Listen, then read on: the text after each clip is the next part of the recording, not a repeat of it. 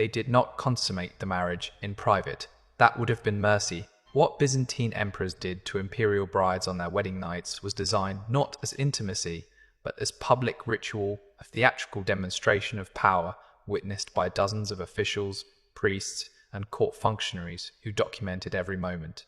It was mandatory, codified in imperial law, and for the young women draped in purple silk, it transformed what should have been sacred into systematic humiliation. The bedchamber doors of the sacred palace stood open on the night Princess Theodora Dukaina became an empress. She was 16 years old, pale as the ivory inlays decorating the chamber walls, her hands trembling so violently that the pearl-encrusted wedding crown kept slipping forward across her brow.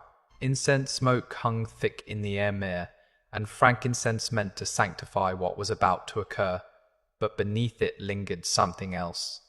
The acrid scent of fierce sweat. The metallic taste of blood where she had bitten her lip raw during the 7-hour wedding ceremony. Behind her, arranged in careful hierarchical order, stood the witnesses. The Patriarch of Constantinople in gold vestments, the Grand Chamberlain clutching wax tablets to record the proceedings, 3 palace eunuchs whose sole purpose was to verify imperial consummation, 12 ladies in waiting who would later testify before the Senate, and beyond them, in the shadowed corners, scribes whose pens scratched against parchment, documenting every detail for archives that would outlast empires. She had not been told this would happen. None of them ever were. The emperor, her husband, now, though she had met him only twice before this night, stood beside the canopy bed draped in Tyrian purple. He was 43 years old. She could see her reflection in his cold, calculating eyes, and in that reflection, she was not a bride. She was a political necessity, a womb to produce heirs, a body to be displayed, penetrated, and documented as proof of dynastic legitimacy. What followed was worse than any death a Byzantine princess could imagine, because after this night she would have to live with the memory, every day, for however many years her survival would last in the empire's most dangerous palace. The sacred Palace of Constantinople had been designed, over centuries of imperial refinement, to transform intimate acts into public theatre. The imperial bedchamber where consummation occurred was not a private sanctuary, but a carefully constructed stage. The bed itself sat elevated on a marble platform, 3 steps above floor level, ensuring unobstructed viewing for all required witnesses. Purple silk curtains hung from golden columns, but they remained tied open during wedding nights, mere decorative frames for the performance that was mandatory. Mosaics covered every surface. Christ Pantocrator gazed down from the dome ceiling, his enormous eyes watching. Saints lined the walls in rigid rows, their gilded halos catching lamplight, their painted faces frozen in expressions of holy judgment. The floor beneath the bed featured an intricate patterned purple porphyry from Egypt, green serpentine from Sparta, white marble from Proconnesian quarries, arranged in concentric circles that naturally drew every eye toward the elevated platform at the chamber's center. 16 oil lamps burned in wall niches, their flames steady and bright, eliminating any shadow that might offer psychological shelter. The light was calculated, designed. There would be no darkness to hide in. Palace records from the reign of Basil II described the chamber's acoustics as perfectly resonant, meaning every sound carried, every breath, every whispered prayer or stifled sob, every rustle of silk or creak of the bed frame. The architect who designed these renovations in 996 CE received a substantial bonus. His creation ensured that witnesses in the back of the chamber could hear verification of consummation without needing to step closer to the bed itself. But the chamber was only the setting. The ritual itself was far more calculated. The protocol for imperial wedding nights was codified in the Book of Ceremonies, compiled under Constantine VII, Porphyrogenitos, a text so detailed it specified exactly how many steps the bride should take from the chapel to the bedchamber. the precise angle at which she should bow before the patriarch, even the order in which her garments would be removed and by whom. Nothing was left to chance. Nothing was private. The ritual began with the blessing of the bed. The patriarch circled the elevated platform 3 times, swinging a censer that left trails of smoke hanging in the lamplight, chanting verses from the Song of Solomon that reframed sexual submission as holy duty. "Let him kiss me with the kisses of his mouth," the prayer began, but in the context of forced witness and political necessity, the words twisted into something grotesque. Then came the disrobing, not by the groom, that would come later, but by the head lady in waiting, who removed each layer of the bride's ceremonial garments while reciting the symbolic meaning of every piece. The golden belt represented virginity, removed and placed on a velvet cushion held by a eunuch. The pearl-studded veil symbolized maidenhood's end, folded carefully and handed to another official for archival preservation. The outer robe of purple silk, so heavy with gold thread that it took 2 women to lift, was draped across a stand where it would remain on display for 3 days as proof the wedding had occurred. Beneath it all, the bride wore only a thin white linen shift, translucent in the lamplight, designed not for modesty, but for easy removal, for symbolic transformation from virgin princess to imperial wife.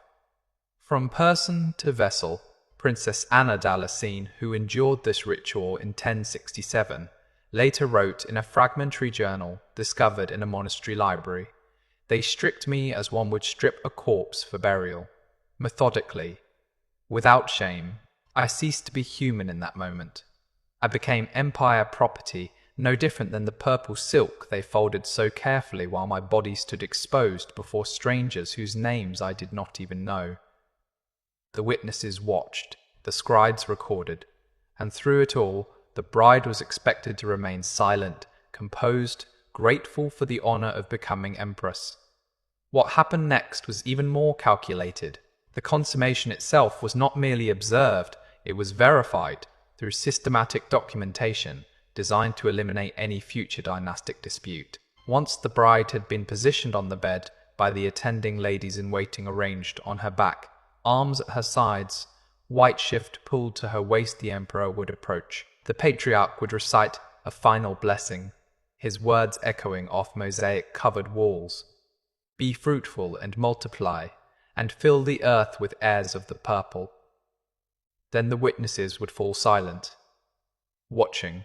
The Grand Chamberlain held his wax tablet ready, stylus poised to mark the moment of penetration.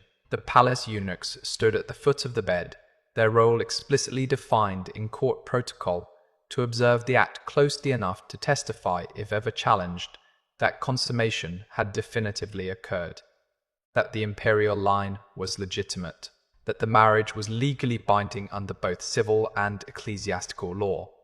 The emperor, trained from childhood in the performance of power, would proceed with mechanical efficiency. This was not intimacy, it was duty.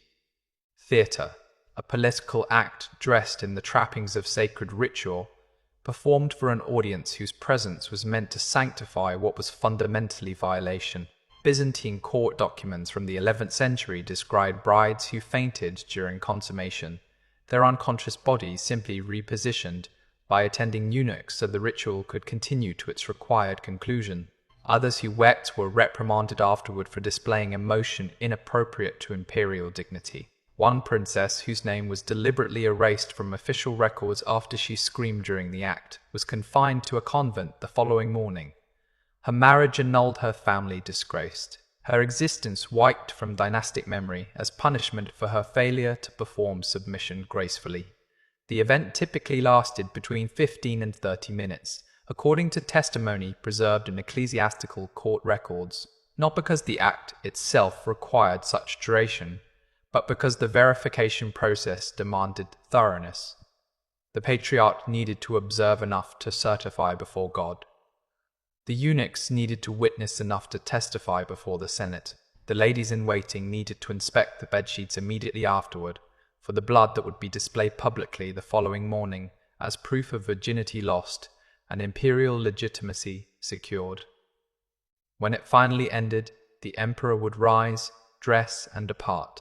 The bride would remain on the bed, exposed and bleeding, while officials conducted their inspections, measured the bloodstains, recorded their dimensions in official ledgers, collected samples of the sheets for preservation in palace archives, where fragments still survive today, thousand-year-old linen stained with rust-colored marks that once testified to the systematic destruction of teenage girls' dignity in the name of empire.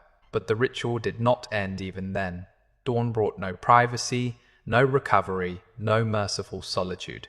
By imperial protocol, the bloodied bedsheets from the wedding night were displayed publicly from the palace balcony facing Guillotine, the vast ceremonial plaza where thousands of Constantinople citizens could gather to witness proof of consummation. The sheets hung like battle banners, the rust-colored stains clearly visible against white linen, while heralds proclaimed the successful completion of imperial marriage. The crowd would cheer.